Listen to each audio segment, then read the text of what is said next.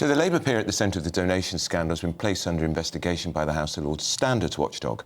Lord Wahid Ali is set to face a probe over what is being called alleged non-registration of interests. And this comes as Downing Street says Sir Keir Starmer, that's the Prime Minister, has paid back more than £6,000 worth of goodies received since the general election. So joining us live from London is journalist Rebecca Reid. Good morning, Rebecca. Always good to see you. Right.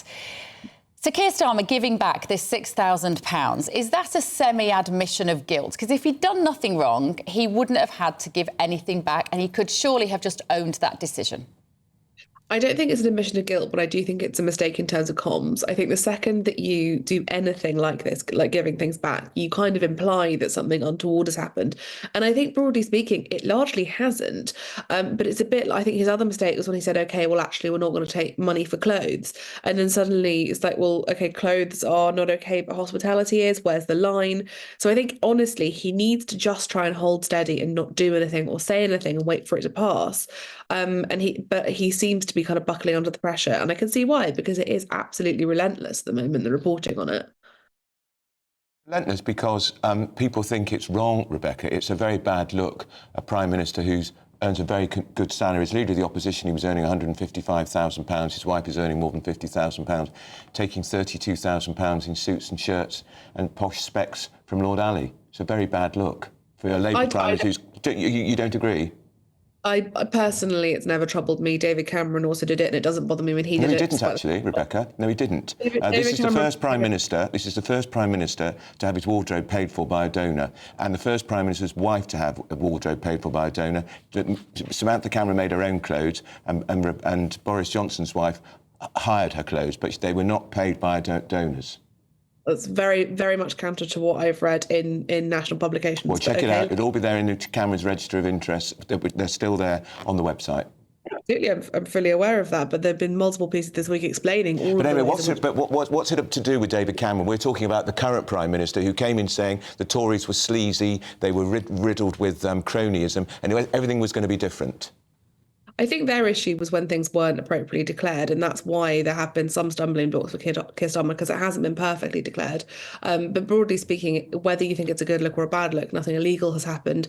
And I think it's being sort of reported as if it's another expenses scandal, and it's not. You might not like it. There might be a sort of a little bit of a politics of envy thing where people don't like other people getting things for free. But nothing happened here that was illegal. Nothing happened here that wasn't allowed to happen.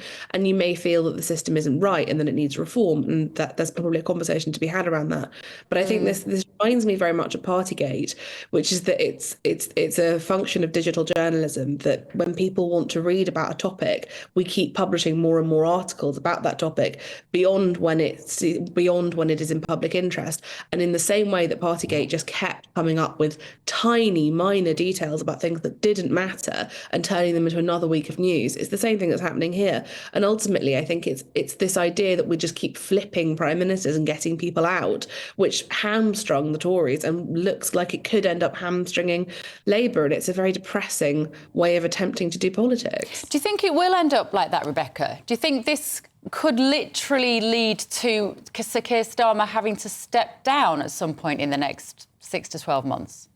I hope not, but then Boris Johnson stepped down over basically having a bit of cake. Like, this is ridiculous. People seem to think that because they're a bit cross about something that someone has done, they can, like, derail the progress of the country. And whether you like them or not, this turbulence is disastrous. The same person in charge for more than 2 years would be a real improvement for whoever the person is at this point. So I think people have got this idea that everything has to be fair and everything has to be, and that if they don't like something, they can just sort of cancel them in the same way that you would an influencer. But you can't just unfollow the Prime Minister or block the Prime Minister. And I think not liking it doesn't necessarily mean that it's wrong. You know, Winston Churchill during rationing used to have champagne and I think lobster, but it might have been steak. He didn't, because he was the Prime Minister and there was one rule for him and one rule for people. And if it was in this day and age, Winston Churchill, that would have leaked and it would have come out and he would have been cancelled for it. When this story first started coming out, I was a bit like, oh, who really cares? That, you know, they paid for. I presumed that everyone's always had their nose in the trough, frankly, if they're in politics. But I think where this sticks with the public, why it lands, is because so much policy that Labour have implemented has been about taking things off other people. So it's been about putting the VAT on private schools. It's been about taking off the winter fuel allowance. Now, what those things have in common is that they appear to be punitive to people who are working hard and just trying to get by. And so I think in the mind of the public, maybe it's, well, hang on a minute, you're taking that off those people, but you're happy to take that for yourself. And I think that's why it's cutting through with the public. I think so, but I think there are a lot of holes in the way that we run the system, and I think MPs are not paid enough. And the donation system probably isn't quite right, because at the moment, you are more powerful if people want to give you more money. You can run a better campaign if people like you more as a person, or you have rich friends. That's not a great system, but that's not the fault of the Labour Party, and it's not the fault of Keir Starmer. That's a system that's grown up over a long, long time. And I think increasingly, pay them more, no second jobs, no donations, and then everything is really, really straightforward and there's a lot more clarity. But my issue more, I understand why people are cross. But I think, again, the reporting on it has been in places really irresponsible. Like the way that it's been reported that Keir Starmer took £20,000, and that makes it sound like someone gave him, transferred £20,000 into his bank account, when in fact he stayed at somebody's house and they had to put a completely arbitrary amount of money on what that stay might have cost. Now, actually, that stay would have cost more than £20,000. You can't rent that flat for that long in that location for £20,000. So it's not a good system on either side. It's both bad for Labour and it's been bad for Conservatives. And it's really hard for the public to understand how it's working or how it's fair. And I think MPs... That accommodation story, staying in Lord Ali's £80 million penthouse, I agree with you on that, Rebecca. What I think was appalling was that Sir Keir Starmer threw his son under the bus and said... He had to be there for his GCSEs. Of you never bring your children into it. You never blame your children for anything in public life. And he had gone out of his way in the years before the election, Rebecca, to never talk about his children ever. We don't even know the children's names.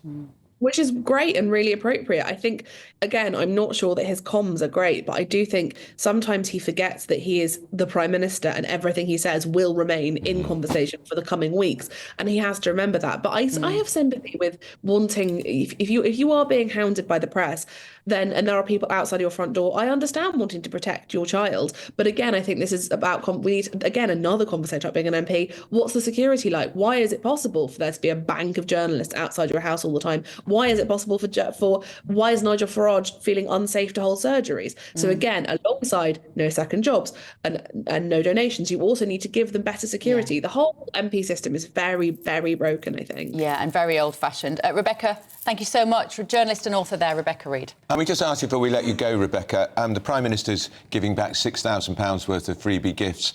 Is that the right thing?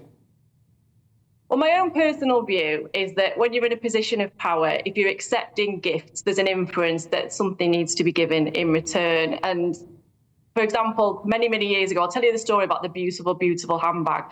So when I was Shadow Business Secretary, I went to visit a business who I was, trying to find out what they were doing, talk about policies, the things that Labour would do when we were in government. And as a thank you for the visit, they presented me with the most beautiful handbag you've ever seen in your entire life. And they'd even had my initials embossed on the side of the bag.